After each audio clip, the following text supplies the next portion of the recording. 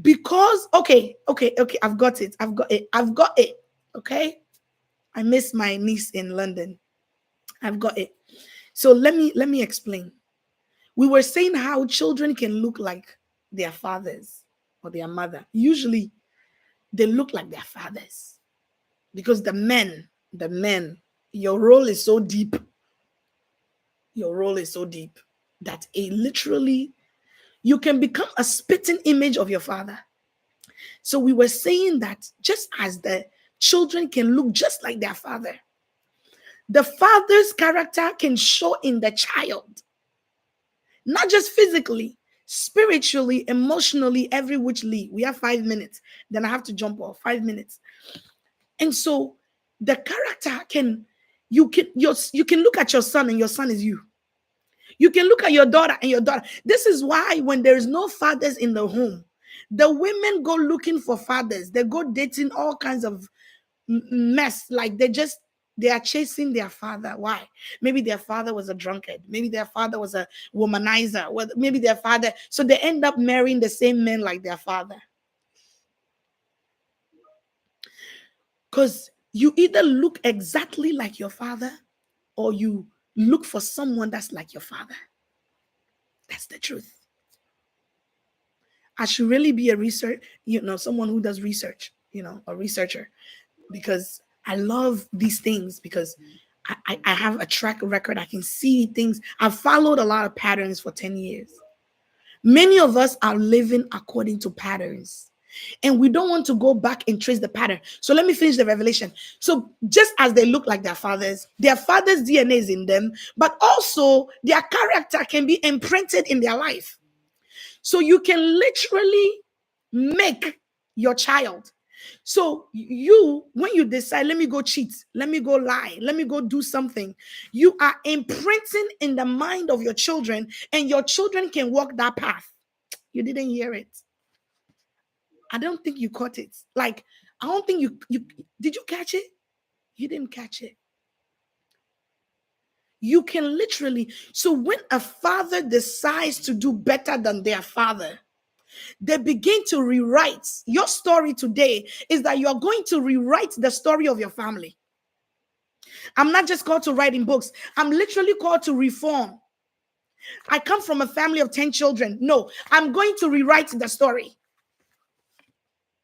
I come from a family of 10 kids. No, no, no, no, no. We're going to nullify all of the foolishness and rewrite the story. And part of the story I'm going to write is literally a blueprint that I will write for, I've already started, a blueprint I'm writing for the Manso family. But it will be like a blueprint for families. And what it will say is, this is what we do. This is what we don't do. Oh, these are the altars that are in this family. I'm writing it for my children, for my nieces, for the people that will come, for their friends, for the world to read. These are the altars in operation in our family. Look at this altar. You don't want the altar of alcoholism. Don't touch alcohol. You don't want the altar of abuse. Don't go this route. You don't want the altar of divorce. Let me show you the altar of divorce. It's written in the, let me show you what happened. Let me show you uncle so and so. Yeah. Let me show you auntie this and that. Let me show it to you. This is their altars in operation. And I want you to look at these altars. Yeah. Look at the altars and begin to speak against these altars that are in the family.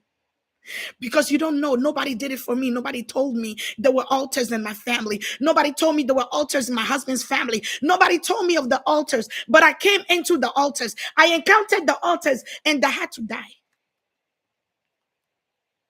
I encountered the altars. My children must not go through what I went through. It's an error. Generational curses are the curses we decided we do not want to address. The curses you are dealing with are the curses your mother said, I won't deal with it. Your father couldn't fight it. So you are now dealing with the curse. Now, minus my children means that I must stand and fight the battles that my children, the battles that are awaiting my children. That's what it means to say minus me. Don't just get up and say minus me, oh, and go back to bed. Minus me means that whatever I'm fighting because my parents couldn't fight it, didn't fight it. They couldn't fight the altar of poverty.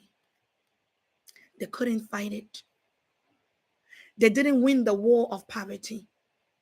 That is why you and I were born in families where there was lack.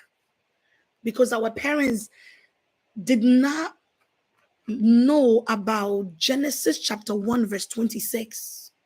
They thought that Genesis chapter 1 was speaking about creation somewhere, that creation was nothing, it was haphazard. We didn't know. They thought maybe. Oh, they thought maybe, but clearly, it's not the case. They didn't know that Genesis, when God commanded, he says, you must be fruitful, you must multiply, and you must replenish the earth. They didn't know that the dominion mandate that God gave them was so that they will subdue poverty, so they will subdue every living thing, every creepy thing on the face of the earth. They didn't know that. So they allow poverty to subdue them.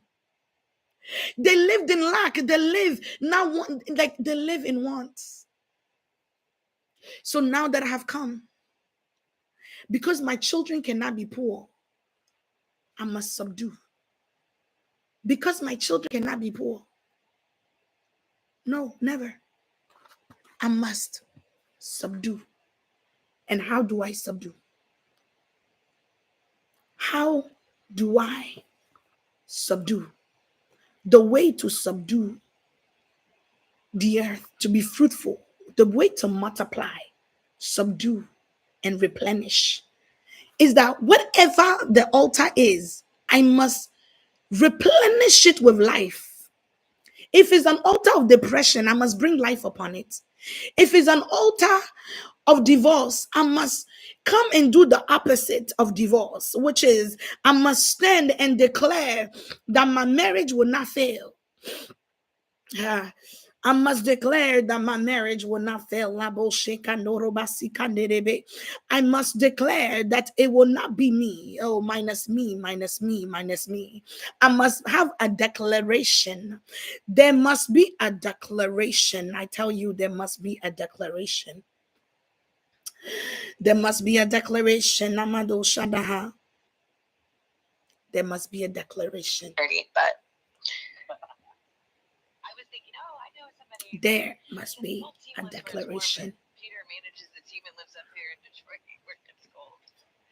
I think you all live where there must be warm, don't you? a declaration. That's cold right now. Where are you at, Gabe? DC, the DC area. Give me a second.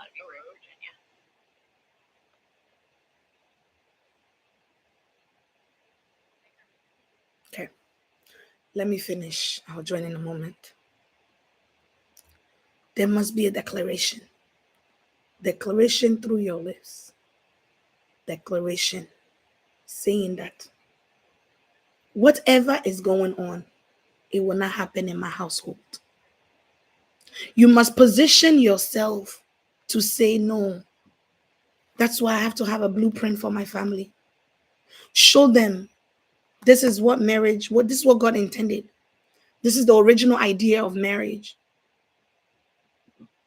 Maybe I didn't do it 100%. Maybe your father didn't do it 100%. But this is what God intended. Look at the blueprint that God gave and follow the blueprint. So I must subdue. I must replenish. I have to have dominion. There must be dominion.